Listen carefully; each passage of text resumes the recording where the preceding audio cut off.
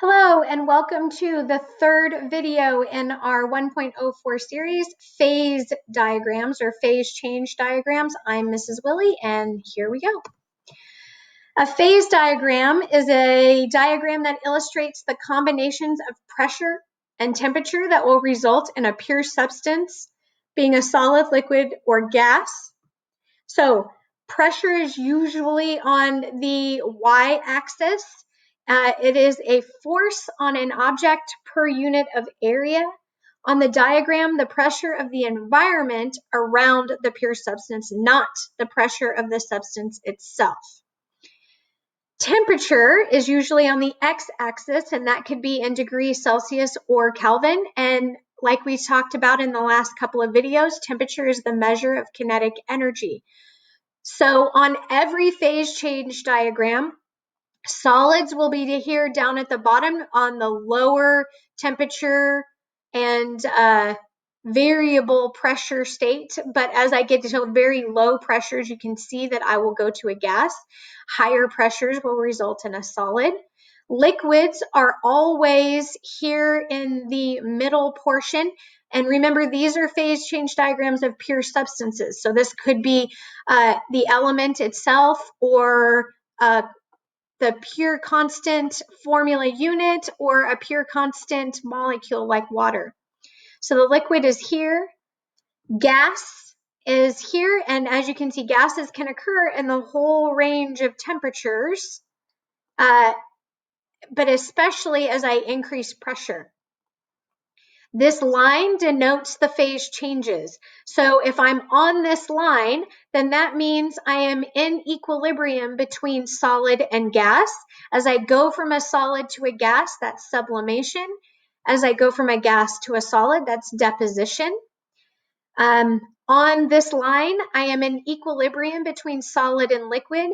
As I go from a solid to a liquid, that's melting. As I go from a liquid to a solid, that's freezing. As I'm on this line, I would be in equilibrium between a gas and a liquid. Condensation, going from a gas to a liquid, and a liquid down to a gas would be vaporization or evaporation. And a point on here would be your melting point or your freezing point.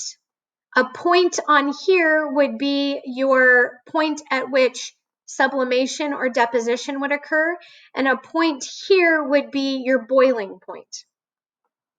The critical point is always up here at that intersection of liquid and gas at the end of the equilibrium line.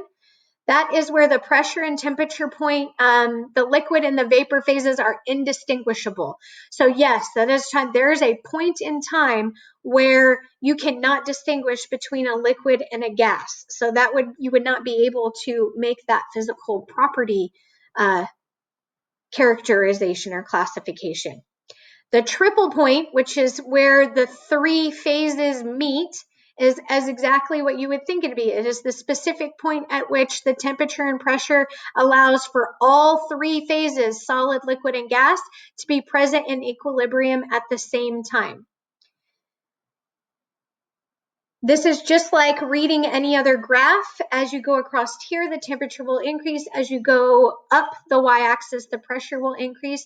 And we could ask you to find points any part on this graph. So if we could give you a temperature and a pressure of somewhere in a solid and ask you what phase it is, or we could give you a temperature and pressure point right on the line.